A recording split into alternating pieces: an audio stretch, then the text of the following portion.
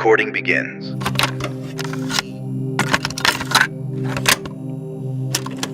This is interview log 003B. Agent, describe what happened inside the containment chamber. I walked in. It did not move, but I could feel it. Not looking at me, but into me. I raised my hand. It mirrored me, delayed, precise, not mimicking, learning. Did it attempt communication? Not with words, not even thoughts. Just pressure, cold, deep, like something was peeling back who I am. I blinked, and I swear it blinked too. It didn't stay behind. It's here. It's watching through me. Agent, are you... It's learning. It's recording me. Get medical to interview room C, now. The audio you just heard wasn't part of any official report. It was salvaged. Fragments recovered from a black box backup deep beneath Site-151. No footage, no biosigns. Just one recording captured seconds before containment systems failed. And what it captured wasn't a breach. It was a reaction. From SCP-003, the biological motherboard.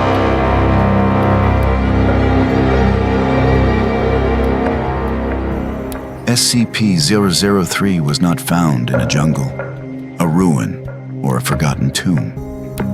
It made contact. A Foundation remote viewing unit, known as SRV-04 Beta, intercepted a strange signal.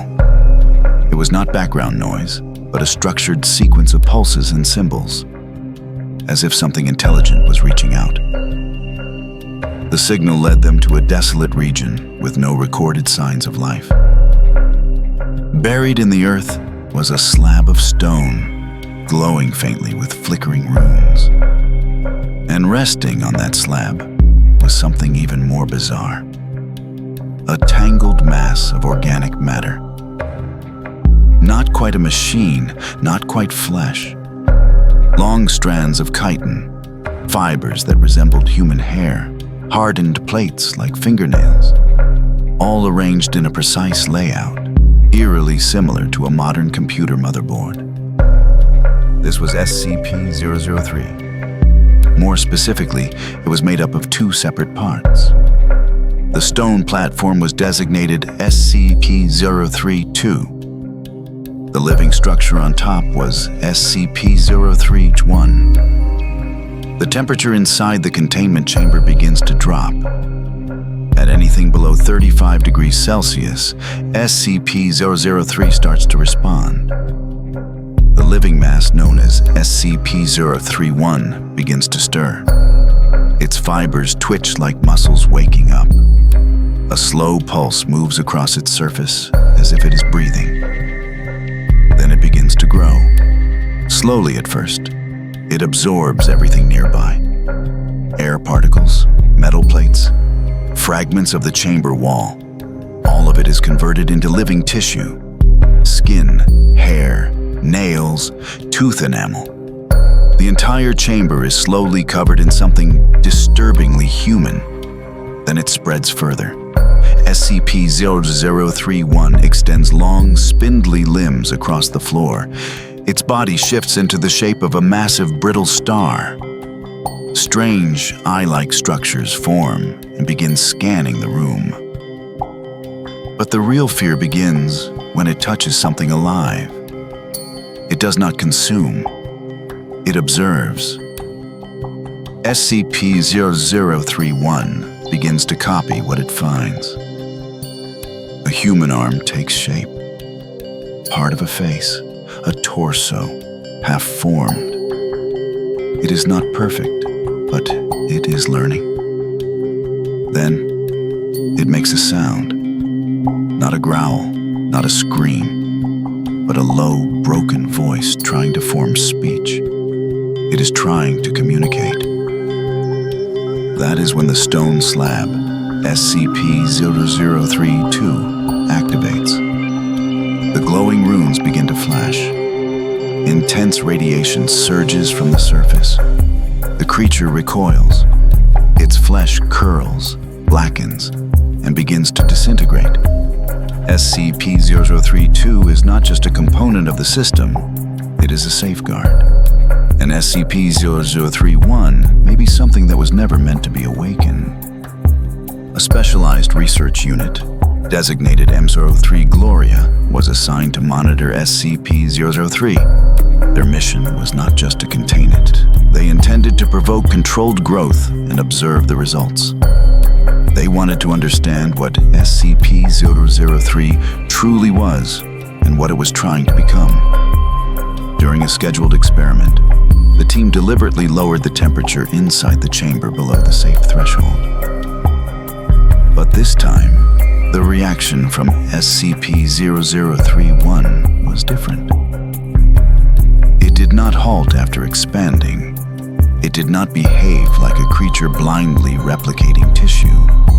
Instead, it moved with intention, slowly adjusting its position closer to the observation window. The entity did not attack. There was no obvious aggression. Yet each of the 9 researchers reported being unable to move, as if an invisible weight was pressing down on them. They described the feeling of being watched too closely, as if their thoughts were being examined from the inside out. Then, without warning, the living mass began to shift again. Its transformation was precise and deliberate.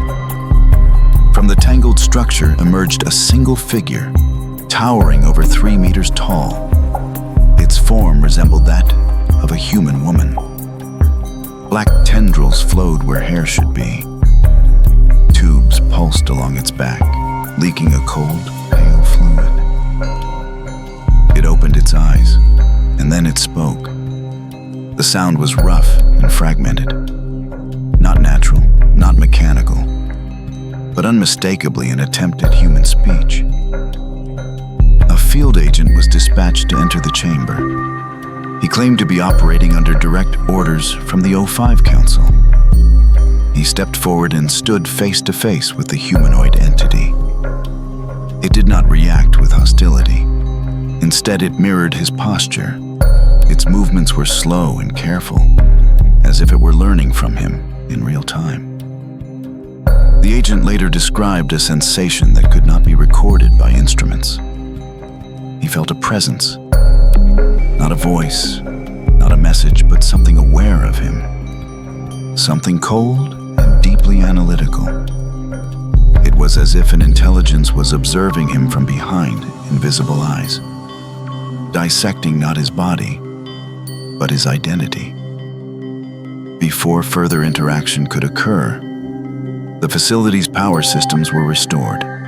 SCP-003-2 reactivated. A wave of intense radiation surged from the platform.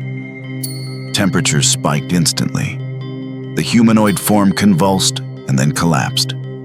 SCP-003-1 returned to its dormant state, motionless and inert. All 9 members of M03 Gloria were physically unharmed and extracted safely. But their psychological state had changed. Some members became unresponsive, sitting for hours or days without speaking. Others whispered strange syllables that did not match any known language. In a private debriefing, Dr. Tilda Moose, the lead researcher on the team, gave a final statement. She doesn't understand pain. She doesn't understand emotion. But she wants to. She didn't have enough time to finish analyzing us, and I don't know what would have happened if she had. The Foundation has never determined where SCP-003 came from.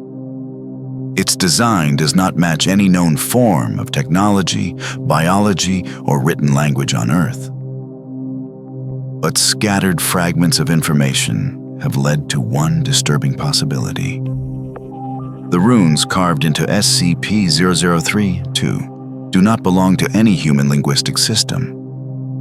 Yet, when researchers compared them to data from other anomalies, they noticed something strange. These symbols closely resemble markings found on SCP-1512, known as the Biosphere Reconstructor Core, and SCP-2756, referred to as the presence of the architect. Both anomalies also appear to be linked to terraforming or biosphere-level restructuring. Some now believe that SCP-003 is not a life form, not a weapon, but a biological operating system.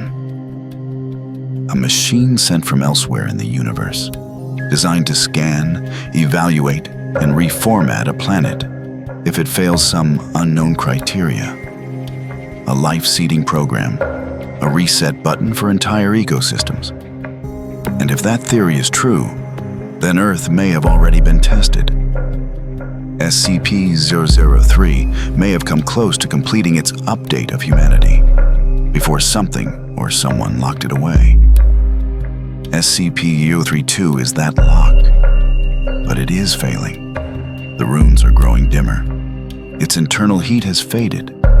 External power is now required to keep it functioning. Which raises one more question. If SCP-003 is only one unit, then how many more biological architects like it are still out there? Some SCPs kill on contact. Others drive people insane or make them vanish within seconds. SCP-003 is not like that. It does not attack. It does not hunt. It watches. It remembers. It analyzes. It rebuilds. Like a biological program that was never finished. A living machine, once meant to reshape life on a distant planet. And then, for some reason, it was abandoned. Sealed away with a stone slab powered by a fading core. But now, the lock is beginning to fail. If it wakes up again, will it continue from where it left off? Or will it start over from the beginning? Thank you for watching the SCP-003 case file. If you want to explore more mysterious entities, don't forget to subscribe so you won't miss the next episode. And if you have your own theory about the true origin of SCP-003, leave a comment below. Who knows? The next file may begin with your idea.